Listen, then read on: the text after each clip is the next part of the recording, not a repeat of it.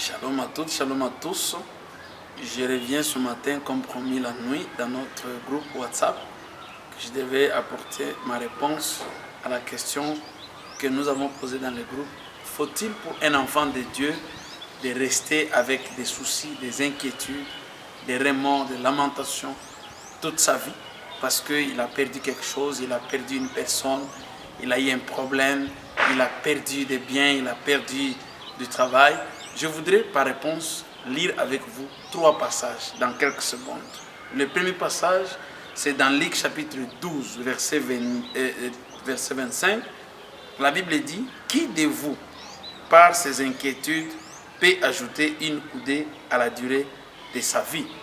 Et le deuxième passage, c'est dans Philippiens chapitre 4, verset 6. La Bible dit, ne vous inquiétez de rien, mais en toute chose, faites connaître vos besoins à Dieu par des prières et des supplications avec des actions de grâce. Et le dernier passage, c'est 1 Pierre, chapitre 5, verset 7. La Bible dit, et déchargez-vous sur lui de tous vos soucis, car lui-même prend soin de vous. Bien-aimés, il n'est pas nécessaire, vous qui m'entendez ce matin, à un enfant de Dieu, de perdre toute sa vie, de passer tout le temps dans sa vie à s'inquiéter, à se lamenter, à s'alarmer, à pleurer, à pleurnicher, à se plaindre et à accuser des gens. Mon frère, ce que tu dois savoir, si tu as des soucis, tu as des problèmes, tu as perdu des êtres chers, tu as perdu des biens, il n'est pas important de rester tous les jours en train de pleurer. Ça va vous servir à quoi? Même ceux qui plairent, leurs conjoints, leurs parents ou les membres de leur famille, ils peuvent pleurer pendant toutes les années. Mais écoutez, les personnes pour lesquelles vous pleurez, elles ne se ressaisiront plus jamais. Elles ne reviendront plus jamais dans la vie. Notez bien, le Seigneur a dit que lorsque nous avons des fardeaux, il dit, nous devons aller vers lui, nous tous qui sommes fatigués. Nous tous qui sommes chargés, déposons nos fardeaux auprès de lui et lui, il nous donnera du repos. Donc, ça ne vaut pas la peine de rester en train de croiser les bras. Vous devez vous réveiller. Vous devez sortir de votre état. Vous devez sortir pour travailler, pour faire face à toutes les circonstances de la vie. Mais retenez aussi qu'aucune personne dans ce monde ne vivra éternellement en paix toute sa vie. C'est pourquoi la Bible a dit, il y a un temps pour toutes choses. Vous devez le savoir. Il y a un temps de plaisir, il y a un temps de se lamenter, il y a un temps de la joie. Et si vous allez perdre toute votre vie en train de regretter, j'étais riche, j'avais des moyens, j'avais des parents, j'étais ceci, j'étais cela, ça ne vaut pas la peine. Déchargez vos soucis auprès du Seigneur. Libérez-vous ce matin de toutes les lamentations, de tous les fardeaux que vous avez. Et je prie le Seigneur, si vous êtes assis et que vous ne faites rien, à cause des inquiétudes, à cause des lamentations, réveillez-vous.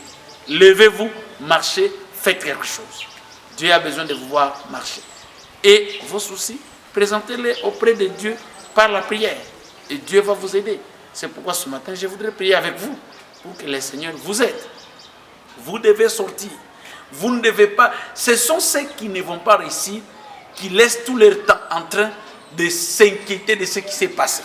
Mon frère, que l'histoire ne prenne pas ton présent en otage et que le passé ne détruise pas ton avenir. Tu n'es pas selon les circonstances que tu as connues. Tu ne seras jamais demain ce qu'a été hier. Réveille-toi, relève-toi, lève-toi, marche et Dieu a besoin de toi. Je n'aime pas les gens parce que tu as échoué, parce qu'on t'a chassé, parce qu'on ne t'a pas aimé hier, qu'on ne t'aimera pas aujourd'hui. Je connais beaucoup de gens qui ont été maltraités hier, mais qui ont été honorés et valorisés dans leur vie. Souvenez-vous de Joseph. Il a été maltraité par ses frères. Il a été vendu par ses frères. Mais il a été le salut de toute la famille. Les mêmes personnes qui s'étaient moquées de lui, les mêmes personnes ont chanté pour lui. Ça sera de même pour vous. Relevez-vous. Levez-vous. Mettez-vous debout. Et croyez avec moi que Dieu est capable de vous relever. ne restez pas dans les inquiétudes. Ton frère était déjà mort. Pourquoi jusqu'aujourd'hui tu continues à pleurer? Ta mère était déjà morte. Pourquoi jusqu'aujourd'hui tu continues à pleurer? Elle ne va pas ressusciter. Elle ne va pas sortir de Satan. Pour que tu la vois, il faut demander à Jésus de te tuer aussi. Ou alors, il faut demander l'enlèvement de l'église. Si tu auras la chance de participer à l'enlèvement de l'église pour être avec le bien-aimé de Dieu. Mon frère, relève-toi. Arrête de poser des problèmes, de te créer des maladies à cause des soucis. Vous qui m'entendez, vous qui me suivez ce matin, vous souffrez des problèmes cardiaques, vous souffrez de tensions, vous souffrez à cause des soucis. Mon frère, enlève les soucis, Dieu a besoin de vous et Dieu est capable. Comme vous avez la vie, Dieu est en vous, il va vous aider. Que le Seigneur vous bénisse. Je vais prier avec vous pour que le Seigneur puisse vous donner la force de vous relever. Que mon Dieu vous bénisse, que mon Dieu vous donne la force, que mon Dieu vous enlève ces soucis qui vous ont pris en otage, au nom puissant de Jésus-Christ des Nazareth. Shalom à toutes, shalom à tous. Que Dieu vous bénisse, c'est votre frère, le pasteur David Amori de Cité Shalom. Je vous aime et que Dieu vous aime. Dieu vous aime, Dieu a besoin de vous. Shalom à tous.